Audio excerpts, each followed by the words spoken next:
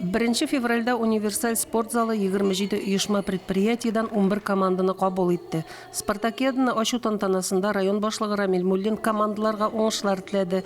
Хостахананың бір түркім қызметкеріне ГТО нормаларын өтеу турында танықлық һәм көкірек белгісі тапшырды. Спорт өзіміздің ұйышмалар арасында, өзіміздің коллегалар арасында недер бір корпоратив күш, бірдемлік бере тұрғандар. Әтергеш, шампыр әлбәттә мұндай шараларда катнашырга кирәк. Уйыннар район башкарма комитеты һәм ГАЗ участогы командалары арасында хатын-кызлар волейболы белән ачылды.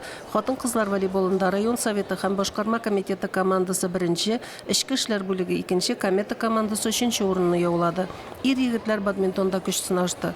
ГАЗ участогы һәм Миләшкәй бакчасы командасы беренчелекне алды. Август муслим җәмгыяте бадминтончылары икенче, мәктәпләр өченче урында. Ярышлар универсаль спорт залында үтте. Спортчыларның җанатарлары бәйгеләрне кызыксынып күзәтте. Спартакиаданы оештыручы масса күләм спорт һәм мәдәни чаралар дирекциясе хәбәр итүенчә, бу атнада Спартакиада уеннары җомга көнне баскетбол белән башлана. Шимбә көнне Татарстан чаңгы юлы акциясе планлаштырылган. Ял көнне универсаль спорт залында көрәш һәм шахмат шашка бәйгеләре булачак. Мөнира Арсланова, Динар Нуретдинов, Муслим телевидениесе.